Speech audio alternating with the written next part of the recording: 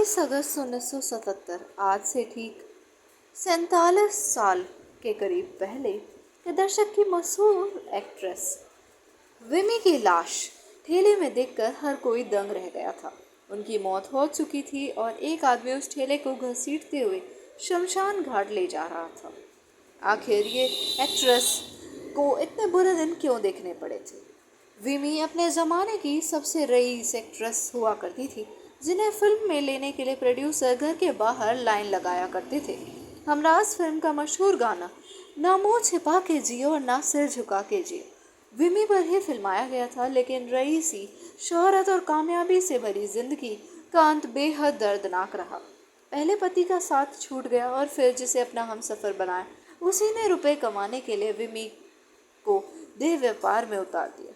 शराब की लत से शरीर भी बर्बाद होता गया और आर्थिक तंगी वो आलम था कि एक्ट्रेस एक अस्पताल के जनरल वार्ड में जिंदगी और मौत के बीच लड़ती रही।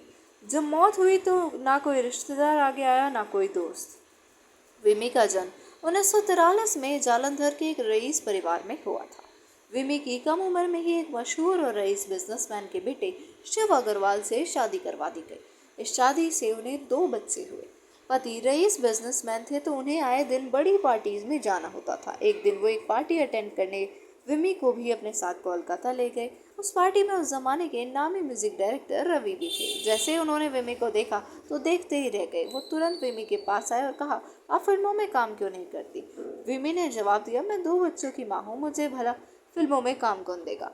रवि ने तुरंत विमी को फिल्मों में लाने की ठान ली और उनके पति शिव को मुंबई आने का न्योता दे दिया। विमी के पति को उनके फिल्मों में जाने से कोई एतराज नहीं था, तो वो उन्हें लेकर मुंबई पहुंच गए। मुंबई में उन्होंने विमी की मुलाकात बी आर चोपड़ा से करवाई। बी आर चोपड़ा उन दिनों फिल्म हमराज बनाने की तैयारी कर रहे थे। फिल्म में पहले ही सुनील दत्त, राजकुमार और मुमताज को कास्ट कर लिया गया था, लेकिन उसमें एक नए चेहरे की गुंजाइश थी। बी आर चोपड़ा ने विमी की खूबसूरती देखकर तुरंत उन्हें फिल्म में मीना का रोल दे दिया। विमी के पति चाहते थे कि वो फिल्मों में आए, लेकिन जैसे ही ये बात ससुराल वालों को पता चली तो हंगामा मच गया। घर वालों ने साफ इनकार कर दिया कि घर की बहू फिल्मों में नाच गाना नहीं करेगी, लेकिन विमी के पति अड़ गए। तमाम कोशिशों के बावजूद जब घर वाले नहीं माने तो विमी के पति ने घर छोड़ने का फैसला कर लिया। परिवार वालों ने भी उन्हें जायदाद से बेदखल कर रिश्ता खत्म कर लिया। 1967 में रिलीज हुई फिल्म हमराज से विमी ने हिंदी सिनेमा में कदम रखा। फिल्म में राजकुमार, सुनील दत्त और मुमताज लीड जैसे आला दर्जा के सितारे होने के बावजूद विमी ने अपनी खूबसूरती से हर किसी का ध्यान खींच लिया।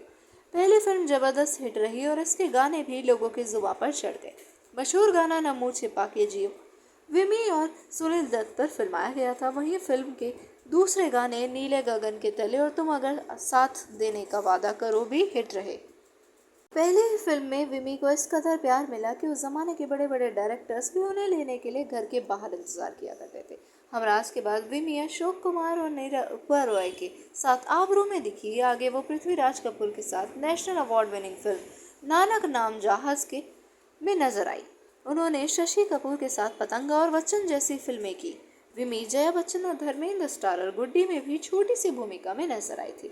उस जमाने में विमी हर फिल्म के 3 लाख रुपए चार्ज किया करती थी।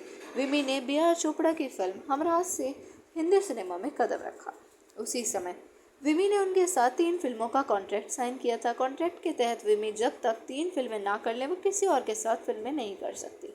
विमी चाहती थी कि उनका कॉन्ट्रैक्ट जल्द से जल्द खत्म हो जाए, क्योंकि इसके चलते उनके हाथ से कई बड़ी फिल्में निकल रही थी। उस समय पति शिव ही उनके काम का हिसाब रखते थे और उनके पर्सनल असिस्टेंट भी थे। एक दिन विमी को बी आर चोपड़ा की फिल्म की शूटिंग के लिए शहर से बाहर जाना था, लेकिन आखिरी वक्त में उनके पति ने ये कहते हुए इनकार कर दिया कि विमी आउटडोर शूटिंग नहीं करेंगी।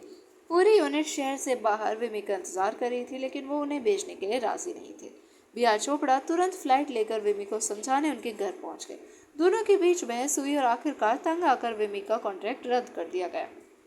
बी आर चोपड़ा से हुए विवाद के बाद कई लोगों ने विमी के साथ काम करने से इनकार कर दिया था।